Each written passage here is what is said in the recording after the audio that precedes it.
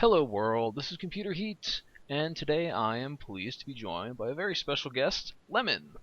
Lemon, how are you? Doing just fine. Just finished up class, so I got some free time to cast with you. Yes, it's excellent. We actually got 5 minutes into recording this game before, and then Skype crashed, but we're gonna give it another shot.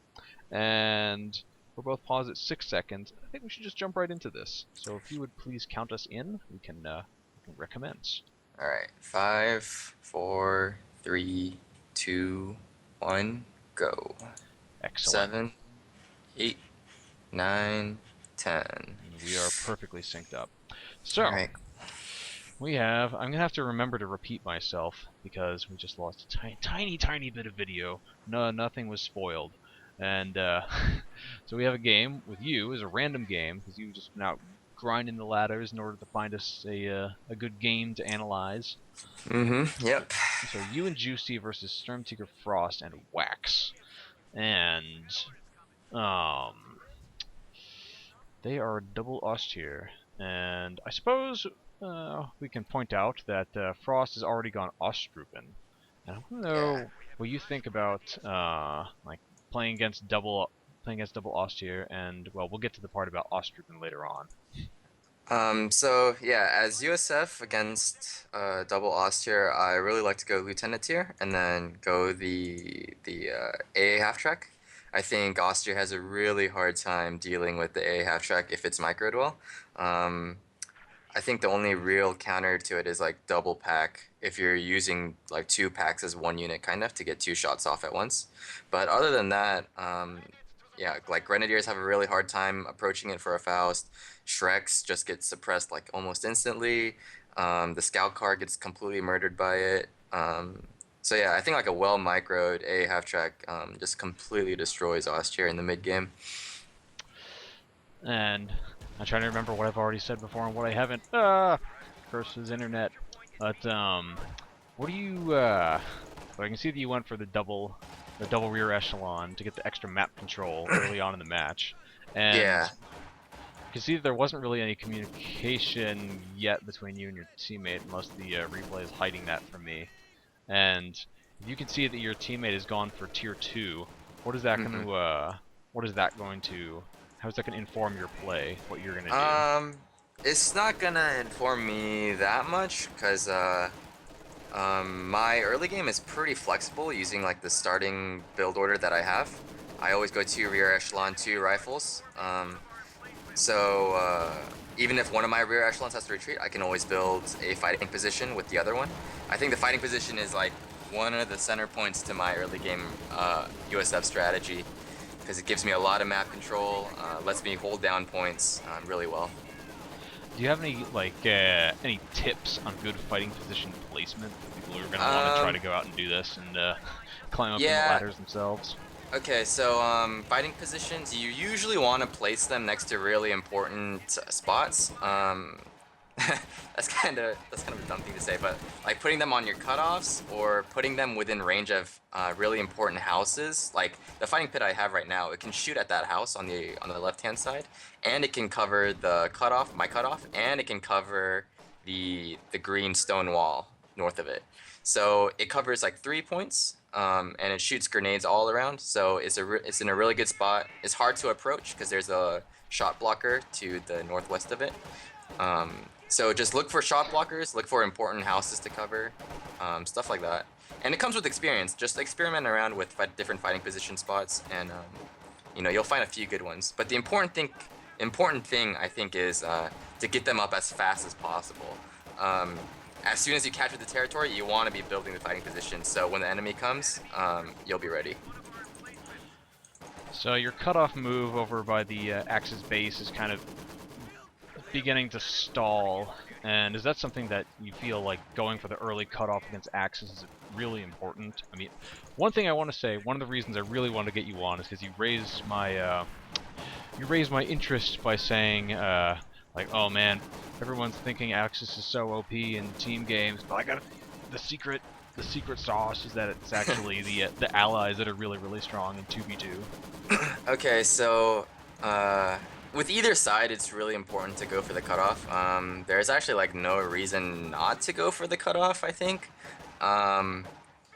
Because you're significantly decreasing their fuel income, like further delaying the time it takes for their light vehicles and like elite infantry to come out. While it also increases your own, like it increases the rate at which your stuff is gonna come out. So you just go out and you cap their territory, so their vehicles come out later, which means your vehicle rushes will be even more stronger. And the reason why I said allies are a lot stronger in 2 vs 2s at least is because they have a lot more indirect fire options, which I think you will see later in the game. I'm Not looking too sure. forward to Yeah. flying body parts. Oh yes. Oh, okay. So one thing you won't see in the game though is the pack howitzer, which I think is really strong. I know a lot of people think that it sucks a lot, because it's kind of hit or miss. But the pack howitzer is actually one of the strongest indirect fire weapons right now, because of its Vet 2 ability. At Vet 2, I don't know if you guys know this, but it actually doubles its damage. Um, so I it did not basic know that. Yeah, it doubles its damage, and you see like its little projectile, like the little impact like effect changes. So what that means is that basically the squad wipe AoE doubles too because the damage has doubled. So you just get squad wipes left and right with that thing. And especially in the mid and late game where like there's a lot more yellow cover around on the map and squads start to clump up more. Oh, they One lucky love that shot. yellow cover. Yeah, one lucky shot is like you just lost a Vet 3 Gren squad, or your Obers just suddenly got killed by the Vet 2 pack howitzer. So obviously, to get the pack howitzer, you need to go captain. And when is it? Yeah. When do you find the captain to be a good, well, a good tier to unlock? Usually I only go captain if there's an OKW player, because the OKW player likes to go like light vehicles, like flak half tracks, Pumas and stuff. So I like getting the bazooka, because if I go lieutenant, like I'm lacking a lot of AT. So I find that against OKW and their light vehicles, it's better to go captain than lieutenant most of the time.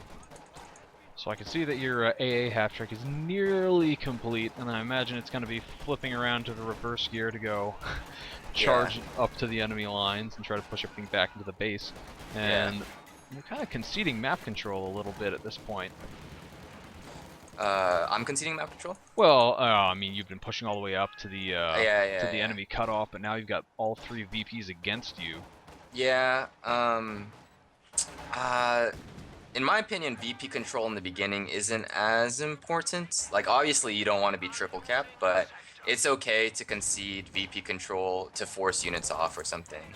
Yeah, you're starting to get it back under your control right now. Yeah. So it's not too big of a worry. What you want to do in the beginning though is like stabilize all your territories. Make sure that there's not enemy units like behind your lines. Like form a decent battle line and then just slowly push forward using your light vehicles once they come out. Speaking of which, I can see the light vehicle approaching up to the center right now. Yeah, so as you can see, like, these Grens have absolutely zero chance against the AA half track. Like, they actually can't do anything. Yeah, they're just getting brutalized by it. Yeah. And I don't see a pack from either player. Yeah, Frost only has his Ostrupen plus a machine gun and a flamer. And now he's he's not teching up, he's actually getting himself another Pioneer. Interesting choice. So, my rear echelons in the middle fighting pit have 8 kills, and they're all from fighting pit grenades. So you can see like you might be like, oh, 8 kills, that's not that much, but it's only 8 minutes into the game. Like every model counts in the early game. So yeah, and it's free damage. Like why not take advantage of it? Definitely. So I actually made a huge mistake right here. I don't know if you caught this, but I was repairing my AA half track earlier, and I didn't repair critical. I didn't use the band-aid. So not throwing that duct tape on there in the yeah. So they're just gonna like chain Faust it right now, and they're gonna bring up the Shrek to kill it. Yeah, which was a complete misplay on my part. I should have just repaired critical and pulled it back to repair it more later, but it's okay. Oh, so I was about to ask you what your when you're playing as Axis, if you have a preferred method for dealing with the American light vehicles, because I know they can be real headaches sometimes. The M20 and the AA half track in particular. Yeah, yeah. As Ostier, you have to, personally, I wait for the pack. I wait for my pack to come out. But until then, I just try to play around with line of sight. I try to like bait the light vehicles into really tight corners and then just chain Faust it. And if usually I pray that my ally has like some sort of AT. So, but other than that, like you kind of have to like give up a little bit of map control. It's kind of inevitable. That was a pretty big loss, losing that early. I mean, what's going through your head after having lost a half track? So I realized that I was playing a little too ballsy, so I got to play a little bit more conservatively. And you can notice that I have a 50 cal in the middle right now, and it's suppressing this entire axis push right now. So what I plan to do is, like at this moment, I kind of realized that the axis players are playing really blobby. So I realized that if I play kind of conservatively with my 50 cal, they'll just walk into my blob eventually, and I can just suppress, force the retreats, and move up onto their cutoff. In their defense, I do have to say you do have them kind of pushed all the way back to their base almost. Yeah. So this is another benefit of pushing the cutoff. Like, you know where the enemy's gonna come from. Like, they're gonna come from one direction, their base, and they're gonna come in force. So if you bring up suppression weapons, it's really easy for you to deal with them. Oh, they are suffering quite badly from insufficient healing. There's a bunker up in Waxx's base, but he doesn't have enough munitions to upgrade it, so they're both having to share Frost's healing bunker. Yeah, for sure. And I have my paratroopers online. Yes, I saw you drop them way behind enemy lines.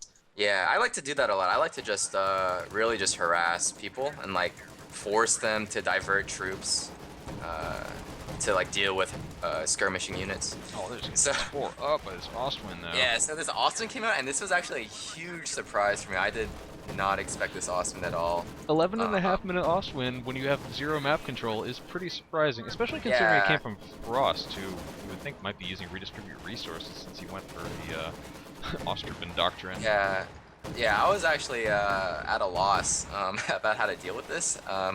So my major like came out recently, so I was like, the closest thing I could do is probably just save for a Jackson, which is what I normally do anyways. But it's still a little ways off. It's like a minute away, and during that minute, the Ostwind can do a lot of damage.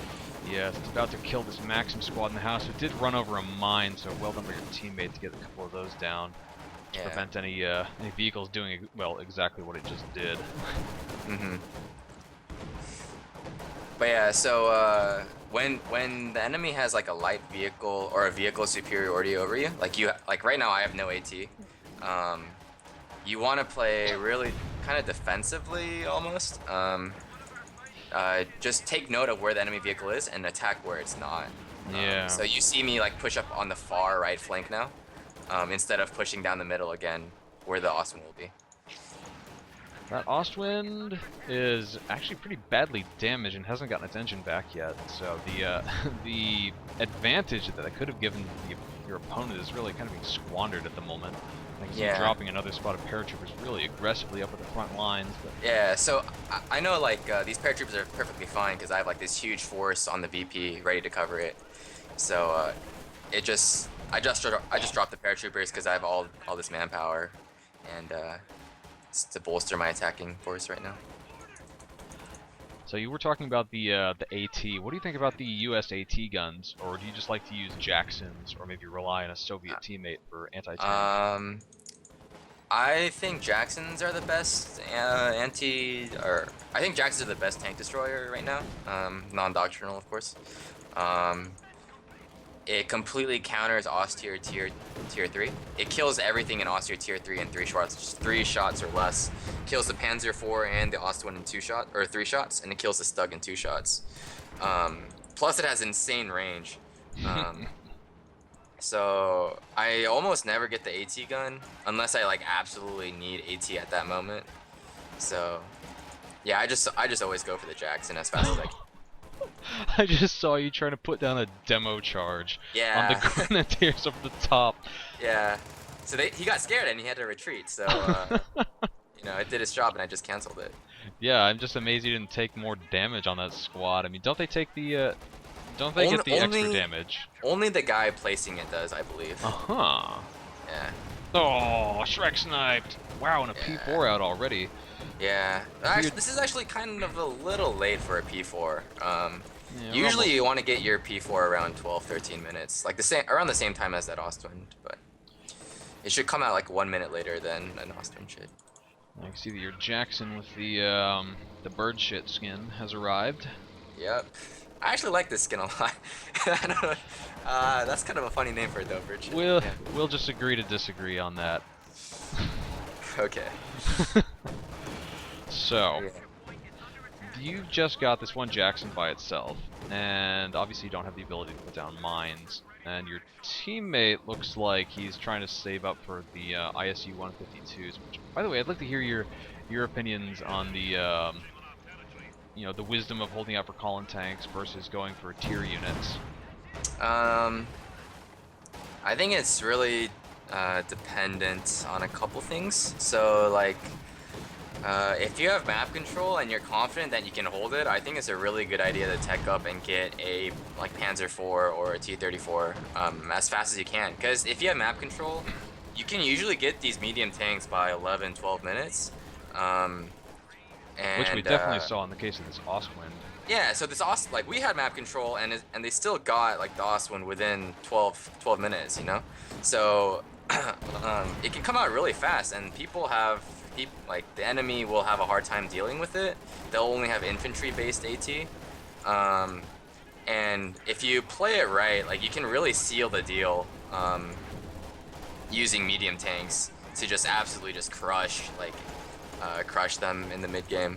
But going for Collins is definitely the safer route because you know, what if your medium tank just gets hit by like an unlucky mine or an AT gun like kills it, you know, as it's retreating. So Yeah, we definitely saw Frost not be able to get the full advantage out of his Ostwind because it did hit that early mine. But he's been good about following it around with sweepers subsequent to that. So yeah, and it's got 17 kills right now actually, so it's actually not doing that bad. I think I dropped it a P47 right here just to try to kill it. Yeah. What do you think about the ability, or you know, how well does the Ostwind do against the P47? The Ostwind actually does really well against it. The OKW half track is the best against anti-air, and then it's the Ostwind, and then it's the American half track, and then I think the Soviet half track actually does nothing against air units. Like it shoots at them, but it does no damage from my experience. I believe I have seen them shoot down a plane, but the quad is such a rare unit that yeah. we might catch one of these plane crashes. So yeah, I got kind of unlucky with the P47s. They didn't lock onto the Ostwind right away. Instead, they're going for this Stug, which I think is a wrong choice from the Wehrmacht player. Why is that? Because I already have a Jackson on the field. I'm gonna kill that thing in 2 shots. And with a second Jackson in production, that's just gonna be one single volley. Yeah, so I like to use Jacksons in kind of like groups of 2. Especially against Ost here tier 3. You just instantly shoot 2 Jackson shells at them, and then they're down to like 2/3 HP. Or in the Stug's case, they just instantly die. Oh, and I love the look of the Jackson projectile when you use the Sabo rounds on them. One thing I've been really digging this game is Frost's use of the artillery field officer. He's using smoke. He's using artillery officer smoke. He's done it. This is the second time I've seen him do it this game. Yeah. I was actually really happy he went Osttroopin, because I don't know. I think Osttroopin doctrine is like really bad, but. But if you look on the right-hand side right now, like the Waxx tried to push up with his Shreks to deal with my Jacksons, but my 50 cal just instantly suppressed them, and he had to pull back. And then it was just easy pickings for my Jacksons to pick apart that Panzer IV. But another thing I like to bring up is the 50 cal. I peruse the forums pretty often, and I know a lot of people say that the 50 cal sucks and that the squad member gets sniped by LMGs or whatnot. And my response to that is just like keep your LMG back or your 50 cal back. Like Yeah, just if play it's not more on the front conservatively. lines, Yeah, it's I mean less it has a likely to really insta-gibbed. yeah it has a really good like pack up and setup time. So use that to your advantage to reposition quickly and you know just play safe Oh, and I let really them come want to to see you. if this artillery team kills a whole bunch of stuff from Frost. Oh, it did! Okay, good, now I can go look at the other fight. Yeah. So I don't know if you caught this, but my Jacksons flanked the Stug and just instantly killed it without Ah, any loss. that would have been a much more satisfying explosion to watch. Yeah, but I'm just moving up, taking their vital resources, forcing them to come to me, trying to relieve some pressure on the left-hand side.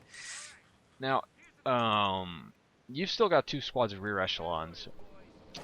Why haven't you put minesweepers on either of them? I don't know. All right. That's actually one of my it's actually one of my weaknesses. Is, I usually get minesweepers when after I hit a mine, um, not before. So, to anybody listening, when you come up against Lemon, Yeah, like spam mines. like so. Obviously, if I see like a S minefield, you know, I'll get them. But against tellers, usually I have to hit the mine first before I get minesweepers. Um, How does but the yeah. Jackson do against the Teller? I imagine your damage won't probably actually get killed Yeah, by it. it gets an engine crit, and I think it brings it down to like half HP or maybe a third. It does really good. So one thing I've noticed is you have not gotten an ambulance this game. Is that just because Yeah, your and I don't even know if your teammate has healing. He does. So yeah, have he you just does. been, Yeah, that's the reason why I just rely on my Soviet teammate for healing. I like to get my vehicles as fast as possible, so even the 10 fuel is kind of I don't know. I'm just being like really what's the word? frugal? Yeah, really frugal about it. Just trying to get my Jacksons out as fast as possible, so just save a little bit. Oh my god, there's some Tactical movement. tactical movement. It makes the squads just kind of float above the ground. They all look like they look like a whole bunch of Yeah, Michael Jacksons. Get like Nazi yeah. Michael Jackson just floating across the battlefield. Oh, that looks so strange. So I made another mistake. I left my Jacksons out in the front without having infantry to scout and screen for them, and those Panzer Grenadiers could just walk up and just one-shot it basically. What do you think about the Panzer Grenadier as a solution to the Jacksons, or is there something else that you think would be better for them to use? I think actually Panzer Grenadiers are really good against Against the US Jackson. generally, or just against Jacksons? Against Jacksons. I think mass Panzer Grenadiers in certain situations are really good, but often more than not, they just get wiped by like Scots or Shermans, you know? So, Speaking of which, yeah, I you have a have a Scot coming Scot up. 2/3 of the way done. Yeah. Oh, here's the double packs you were talking about before. Yeah, so as Austria though, I think people need to rely on the pack a lot more and just figure out pack positioning more and like because the pack's really good. It has a really long range, pretty decent rate of fire, like it's guaranteed pen on like all the USS vehicles, so it's really good. This is an extremely interesting machine gun bunker placement from Frost. Really don't know why that's overlooking that position. I think he Near just the wants two to prevent packs. the flank. Makes sense. Yeah, and it covers a little bit of the middle too, just a little bit. So you got your paratroopers out, and I know since I brought this up before while we were waiting for the replays to load that you got three Pathfinder bulletins. Is that something that you when do you use those? I actually was gonna use them this game, I just forgot to. Usually I don't actually go paratroopers. Usually I go Pathfinders with bars. Yes, Kilrathi Soldier and I cast a game where you did that, which was really interesting to watch. But yeah, I want to hear the story behind it. So as you know, Pathfinders have two scoped Springfields, and they have like 80% accuracy at long range. They have an insta crit on models below 40% HP. And I'm sure you've seen like GIFs and videos of like Pathfinders with LMGs just completely wrecking yes. face.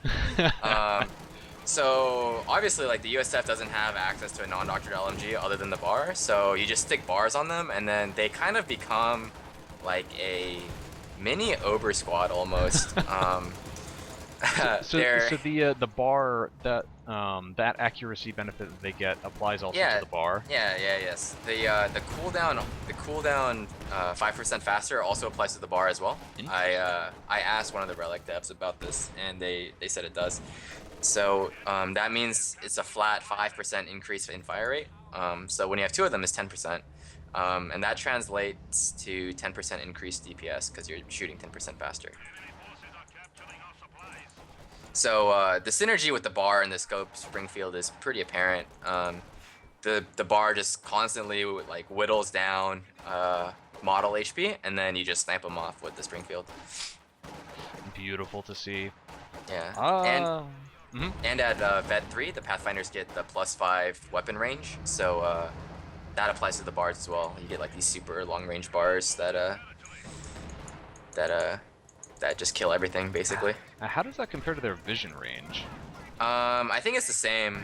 They can definitely spot for themselves. Yeah. And another really good thing about the Pathfinders is in the late game they spot for your Jacksons. So you can actually like especially against OKW, it's really useful because you can like put you know where their like flak HQ is, so you just move your Pathfinders a little bit up, and then you bring up your 2 Jacksons, and then you just keep shooting at the flak HQ, and it kills it pretty fast. Any tip that helps to take down the flak HQ is welcome in my mind. Yeah. Yeah, so the Pathfinder has way longer vision range than the actual flak HQ gun does, so it's really good. So if you look at the top fuel, I almost lose both my pairs here. I accidentally walked them into that Panzer Grenadier squad without looking.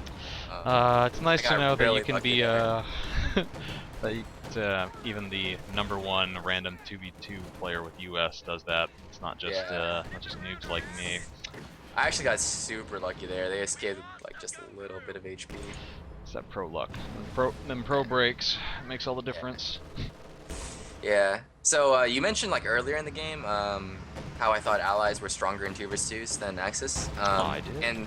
And the reason, as I mentioned before, was indirect fire. So we have the Scott out on the field, and I know a lot of people think it's really strong, and some people don't think it's that strong. But I'm just gonna say, as long as you're shooting, like eventually you're gonna hit something, and that hit may be a squad wipe, and it may not be. But when you're dealing damage for free, like that's pretty broken in my opinion, or pretty strong. Not broken, I should say. Well, I wouldn't say broken. I mean, it's the advantage. It's the advantage that having vehicles gives you. Yeah. There's no cost other than time to repair them, rather than having a squad. An infantry squad which can lose members, and then you have to have your dudes run back to base to reinforce. Oh man, your major's getting way too brave, trying to sprint into enemy lines.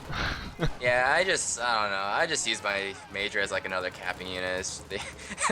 No retreat point, no ambulance until like the super late game.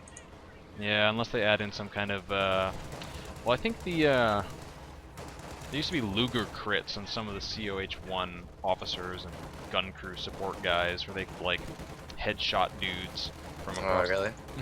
Yup. Wow. But they took that out. I wish they had left that in. So Anyway, so here's this huge like blob by Waxx, but my Scott's right here, so he's just gonna lose like so many units right now. Like even if I miss, it's gonna hit something just because the blob is so big. Wow, but he did actually get a squad of Ostrupen out of that with the. Oh my God, those. Yeah. So oh like, my like God, that. I'm clutching my head. I can just keep shooting, and it's gonna hit something eventually. Like it's inevitable. Yeah, I'm not sure that the Ostrupen squad was worth all of the stuff that he lost through relief infantry. Oh my God, Frost keeps hitting himself with railway artillery, also, which is pretty hilarious to see. So an interesting note about railway artillery. I don't know if you know this, but I probably don't. One of the railway shots will always land in the middle. Huh. Yeah. So no matter I don't know if it was the first railway shot or the last, or if it's one of the one in between. But one of the railway shots will always land where you tell it to land. Like it'll always land in the middle, no matter what. I mean, short of. Oh, Tigers arrived. Yeah. So this Tiger came out a lot later than normal, like 30 minutes, because these guys teched up. But their teching didn't really pay off for them. They lost all their medium vehicles except for this Ostwind, which has been alive for literally forever. Yeah, 36 kills on it. It's not bad. It's been pretty much a pain in the ass. It's made it really hard for us to push up onto their cutoff. Oh boy, I don't fancy the chances of this Tiger. Yeah, I got two or three lucky penetrations with the Jacksons. So. Holy crap, Frost just loves this railway artillery. He's used it like 5 times this game. Yeah, I don't know, railway artillery is like, it's really cool and all, but it's just easy to dodge. You just move out of the AoE. Yeah, not a big fan of it. The King Tiger's nearly dead. I mean, unlike the USF armor doctrines, like I think it's a 240mm artillery barrage. That's like similar to the railway. That one has like a huge AoE and it drops a lot of shells. yes, I remember watching it was one of Romeo's casts. I think it was Spanky versus Aimstrong. Aimstrong pretty much lost his entire army to one hit from it. Yeah, it makes the weirdest sound too. It makes like this splashing sound rather than like this huge ass explosion. It's kind of weird. I do love the sound of the railway artillery. It just sounds like God ripping the sky in half. Yeah, that's a pretty good way to describe it, actually. So that Tiger, I mean, obviously you have the P-47 strikes available to you, but do you find that having 2 Jacksons gives you enough anti-tank against, you know, against all comers in a 2v2, or would you be thinking you need something else? Yeah, definitely. Infantry? I definitely think 2 Jacksons is enough to deal with 1 Tiger. How about a King Tiger? King Tiger, I think I would want to have 3 Jacksons. 3 Jacksons at minimum. Plus, like, my allied. So, against, like, the OKW heavies, you really need to coordinate with your teammate. Like, there's usually no way that you're gonna solo kill the King Tiger, unless, like, the enemy, like, really F's up really bad. But basically what you need to do is you need to first clear out the support weapons, like the anti-tank guns, using like some sort of indirect fire, and then just rush in all your medium tanks, and then take advantage of the King Tiger's like slow turret traverse, and try to kite around it and circle. Just try to get like 1 tank behind it, like 1 Jackson behind it, to constantly shoot at its butt, and then you'll kill it pretty fast. And then drop like a P-47, mark target it, all that good stuff. Yeah, so you're gonna note that your teammate didn't pick a commander that gives him mark target, which is such a strong ability in team games.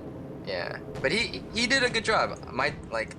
So I use CLO to see my ranks, or my teammates' ranks, and this guy was actually like rank 3,000 or something, 2,000 I think. So I thought this was gonna be a loss because Frost and Waxx are like rank top 200, both of them. So I thought this was gonna be a really hard game, but my teammate actually did a really good job holding down the left side and keeping our resources safe, while I could just be really aggressive and push onto their resources in their cutoff. So that should be a, we can leave that as a lesson to the players who rage quit when they see that their teammate has got a low elo ranking. It doesn't mean that the game is lost before it starts. Yeah, I mean, if you try your best, like sometimes you can solo carry, especially in the first 10 minutes. Like if you go like M20 or something and you get like a few good squad wipes, it's really easy for you to solo carry. And things are kind of like slowing down now. VPs are ticking down for these Axis players. Like this blob by Waxx just keeps on getting pushed back by my indirect fire. And my Scott has 23 kills, which is really good. Yeah, it tends to rack up the veterancy and the kills pretty quickly. Like you said, once the yellow cover is down all over the place, and the squads just love to jump into those holes and get themselves killed. Yeah, I know Relic has said that they've been looking into this, so hopefully it'll be changed. I was actually really worried about this when the cover change came about. I was really worried that squads would clump up more and indirect fire and AoE attacks would just be fucking overpowered, but yeah. So this Austin has 50 kills. Oh my It's god. absolutely ridiculous, and it's just gonna blitz out because YOLO. And It's once been. again, Mhm. yeah, this blob has to retreat because of my 50 cal. Yes, and they had their anti-gravity boots on from oh, the stray shots from the from the P-47 killed a whole bunch of, I think, Panzer Grenadiers that were Yeah, getting healed up at the headquarters. yeah. So one thing I want to say about the P-47 though is you want to aim it as far back as possible. So like when they retreat the vehicle, the P-47 will have more time to lock onto it again. Oh man, see all of the Yeah, I think Waxon was really frustrated losing his Tiger to that one P-47 strike. That was really unlucky by him. well, it wasn't just to a P-47 strike.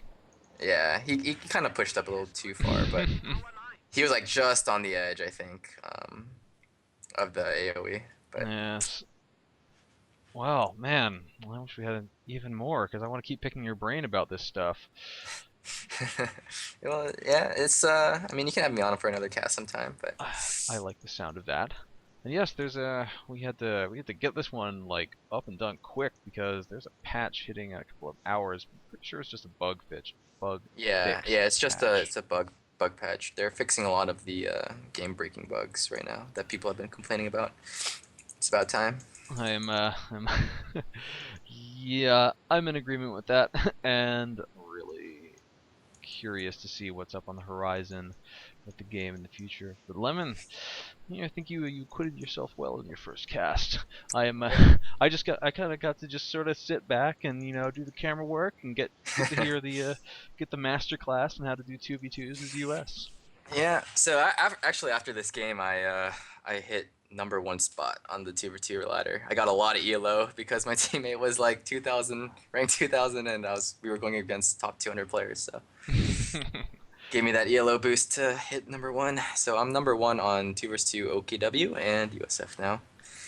So Pretty watch fun. out, anybody else that's on the ladders trying to get up, claim that crown for themselves. You're gonna have Yeah. a target on your back now. No worries. Indeed, That's all part of the fun. exactly. Well, thank you very much for joining me. Do you have any final words or any shout outs that you want to deliver before we wrap this up? Um, Not really. Just shout out to everyone who watches my stream. I stream occasionally on twitch.tv/lemon squeeze with the first E being a 3, so L3MON squeeze. I'll put Um, a link to that in the description. There's a video for people who want to find out more about that. yeah, so feel free to come check out. I stream every now and then. But yeah, other than that, nothing much. Thanks for having me on. Don't mess with Texas. Yeah, don't mess with Texas. All right. And with that, we are done. Computer Heat out.